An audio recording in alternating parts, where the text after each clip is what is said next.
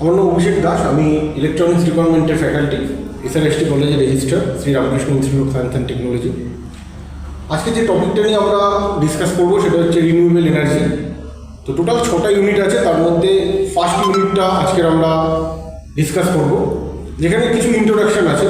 এখান থেকে কোশ্চেনও খুব ইজি আসে, সেগুলো আশা করি সবার পক্ষে সেই কোশ্চেনগুলো অ্যান্সার করা খুব একটা ডিফিকাল্ট হবে না। তো প্রথমে এটা যেটা দেখাচ্ছি সেটা হচ্ছে ইন্ট্রোডাকশন টু এনার্জি সোর্সেস, যেখানে classification renewable and non renewable energy resources যেগুলো আছে সেগুলো আমরা জানবো। ক্লাসিফিকেশন অফ এনার্জি, এনার্জি দু রকমের হয়, একটা হচ্ছে প্রাইমারি এনার্জি, একটা সেকেন্ডারি এনার্জি। প্রাইমারি এনার্জি হচ্ছে কমার্শিয়াল এনার্জি, যেগুলো কোল, অয়েল, গ্যাস, এগুলো হচ্ছে প্রাইমারি এনার্জির মধ্যে পড়ছে, যেগুলো কমার্শিয়াল এনার্জি আন্ডারে পড়বে। আর সেকেন্ডারি এনার্জি যেটা নন commercial energy, biomass, West, solar, this all are the energy. এগুলো প্রাইমারি এনার্জিও বলা যেতে পারে, সেকেন্ডারি এনার্জিও বলা যেতে পারে, দুটোকেই আমরা সেমভাবে ইউজ করতে পারি। নেক্সট আছে এই চ্যাপ্টার যেটা খুব ইম্পর্টেন্ট কোশ্চেন, সেটা হচ্ছে রিনিউয়েবল এবং নন রিনিউয়েবল এনার্জির ডিফারেন্স। এই ডিফারেন্সটা মোটামুটি সবারই জানা আছে, তাও আমি একটু ব্রিফলি বলে দিই। সেটা হচ্ছে রিনিউয়েবল এনার্জি যেটা আমরা নর্মাল নেচার থেকে পেয়ে থাকি, আর নন রিনিউয়েবল এনার্জি যেগুলো আমরা জেনারেট করে থাকি।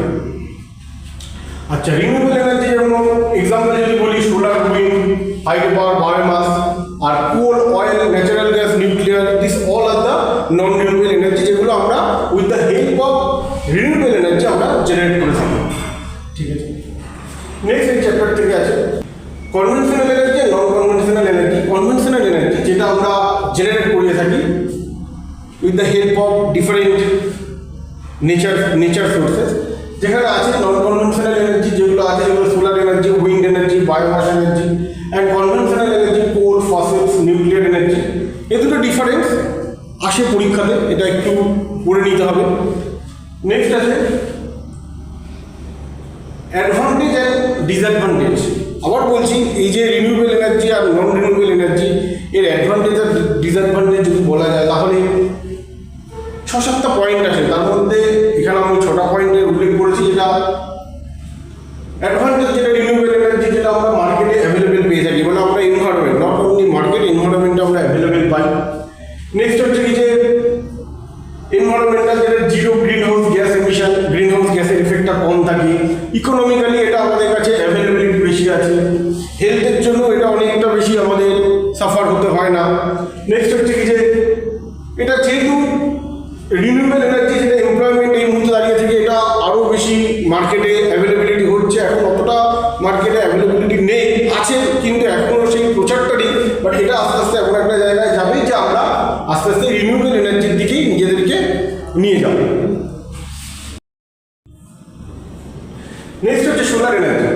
সোলার এনার্জি এর ডিটেলিংয়ে আমরা আদার্স অনেক চ্যাপ্টার আছে, এই চ্যাপ্টারগুলো আমরা ডিটেলিংয়ে আরও করবো, বাট এই চ্যাপ্টারে ইন্ট্রোডাকশন চ্যাপ্টার, যে চ্যাপ্টারে আমরা সোলার এনার্জি কী কী আছে, ফটোভোল্টিক কী অ্যাপ্লিকেশন, ফটোভোল্টিক সেলে, সোলার থার্মাল সিস্টেমে, সোলার হিটিং অ্যান্ড কুকিং সিস্টেমে আমরা এই সোলার এনার্জি ব্যবহার করে থাকি। এবং এটা হচ্ছে যে জিরো এমিশন, মিনিমাম মেনটেনেন্স, এবং যেটা চ্যালেঞ্জ, এদের অ্যাডভান্টেজ বললাম, কিছু চ্যালেঞ্জেসও থাকে এগুলো করতে গেলে, যেটা হচ্ছে ইনিশিয়াল কস্টটা প্রচুর হাই হয়। নেক্সট হচ্ছে কি যে আমাকে ওয়েদারের উপর ডিপেন্ড করে থাকতে হবে, যার কারণ আমরা জানি যে সোলার এনার্জিতে সূর্য উঠলেই আমরা সোলার এনার্জি পাবো, কিন্তু সূর্যের তাপমাত্রার ওপর তার কতটা অ্যাভেলেবিলিটি আছে সেটার উপর অনেক সময় এটা ডিপেন্ড করে থাকে। তো কিছু ডিসঅ্যাডভান্টেজ আছে, বাট সেই ডিসঅ্যাডভান্টেজকে আমরা ওভারকাম করে আরও বেশি জিনিসটাকে তৈরি মানে কী বলবো আমি, যে সেটাকে আরও অ্যাপ্লিকেবল, আরও অনেক জায়গায় অ্যাপ্লিকেবল করার চেষ্টা করা হচ্ছে। নেক্সট হচ্ছে কি যেটা আছে সেটা উইন্ড এনার্জি। সেম জিনিস, যে আমরা টারবাইন ঘুরি, আমরা অনেক জায়গাতেই দেখেছি, যেটা অনেক বিভিন্ন রকম যে ফাঁকা জায়গাতে দেখেছি যে উইন্ড এনার্জি ঘুরিয়ে ইলেকট্রিসিটি জেনারেট করা হয়। এবং এটারও ডিটেলিংয়ে অনেকগুলো চ্যাপ্টার আছে। এটা ইন্ট্রোডাকশন চ্যাপ্টার, সো ইন্ট্রোডাকশন চ্যাপ্টারের জন্য আমি অল্প করে বলছি। যেটা অ্যাপ্লিকেশন যেটা আছে উইন্ড পাওয়ার প্ল্যান্ট করতে, উইন্ড টারবাইন করতে, অ্যাডভান্টেজ হচ্ছে কি যেটা ক্লিন এবং রিনিউয়েবল। সেম জিনিস, ওয়েদারের উপর ডিপেন্ড করে থাকে, এই একটা ডিসঅ্যাডভান্টেজ যেটা রয়েছে। নেক্সট হচ্ছে কি biomass energy and hydro electric energy. Biomass energy মানে আমরা যে ফেলে দেওয়া যে জিনিসগুলো, সেই জিনিসগুলো দিয়ে তো গাছ যেগুলো কেটে গেছে সেই গাছগুলোকে আমরা কীভাবে মানে নিজেকে রিনিউয়েবল করে ওটাকে কীভাবে কী ব্যবহার করব। তারপর আমরা যে সমস্ত আনাজপত্র ফেলে দিই সেইগুলোকে কীভাবে কী করব, সেইগুলো হচ্ছে কি যে বায়োমাস এনার্জির আন্ডারে পড়ছে। সিম্পলি কথা যে ওয়েস্ট আমরা যেগুলো করে দিচ্ছি সেইগুলোকে আমরা নতুনভাবে কীভাবে রিনিউ করা যায়, রিনিউয়েবল এনার্জি আমরা নিজেদের সোর্সে ব্যবহার করতে পারি, সেটাই হচ্ছে বায়োমাস এনার্জি।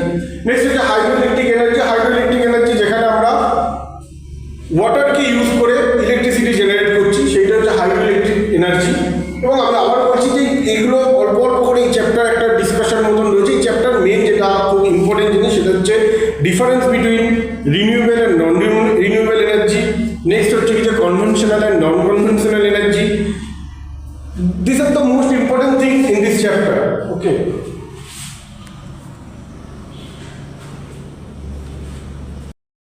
এই চ্যাপ্টারটা সম্বন্ধে অল্প করে কিছু বললাম।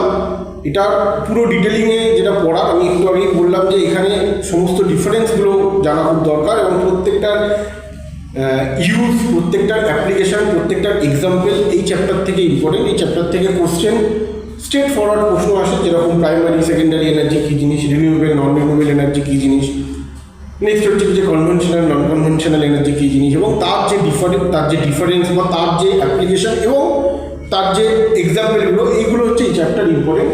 তো এই পুরো চ্যাপ্টার থেকে যে জিনিসগুলো আমি জানলাম, যে প্রাইমারি সেকেন্ডারি কমার্শিয়াল নন কমার্শিয়াল এনার্জি পুরো গল্প জানলাম, রিনিউয়েবল এনার্জি পুরো ডিটেলিং আমরা জানতে পারলাম, সোলার, উইন্ড, হাইড্রো, বায়োমাস, এগুলোর প্রত্যেকটা ছোটো ছোটো অ্যাপ্লিকেশানের অ্যাডভান্টেজ ডিসঅ্যাডভান্টেজ। এখনও পর্যন্ত যেটা রিনিউয়েবল এনার্জির মেইন যেটা সমস্যা সেটা হচ্ছে কি যে এনভায়রনমেন্টাল একটা ইস্যু থাকে, ওয়েদার ইস্যু থাকে, বাট এগুলোকে ওভারকাম করার চেষ্টা করা হচ্ছে। এটা হচ্ছে এই চ্যাপ্টারের ফার্স্ট ইউনিটের একটা ছোটো করে briefly discussion. And thank you.